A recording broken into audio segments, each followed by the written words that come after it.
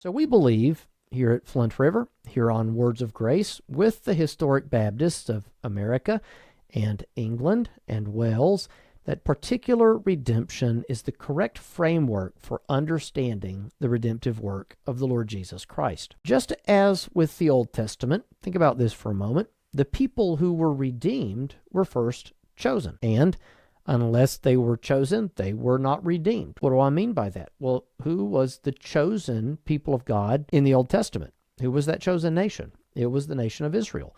And God chose them, not because they were the greatest, not because they earned it. In fact, they were a hard-hearted and stiff-necked people throughout their entire existence. But God had set his love upon them, and he chose them. They were God's chosen people as a physical people in the Old Testament. Just like in the Old Testament, the people that God redeemed are people that God chose. God chose Israel, redeemed them from Egypt.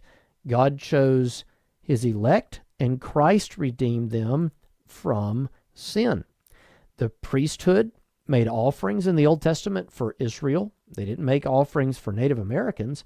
They didn't make offerings for Egyptians. They made offerings for the children of Israel.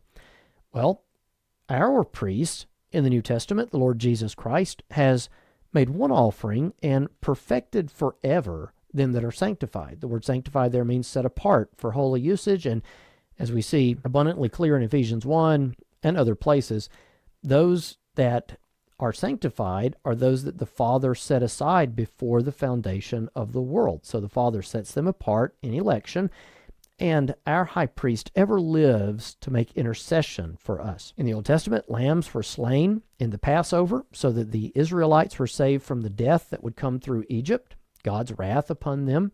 Christ, our Passover, was slain for us, the chosen spiritual people of God. There is a parallel between what God did in the Old Testament and what God has done in the New Testament. In fact, the Old Testament is our schoolmaster to bring us to Christ. It's a microcosm of what we find in the New Testament. We get to the New Testament, and a lot of people believe, well, that concept of God choosing and chosen people, that's all Old Testament, and it doesn't apply today. No, it is foreshadowing a much greater sort of chosenness, redemption, priesthood, offering, etc., what we have as God's people in the Lord Jesus Christ.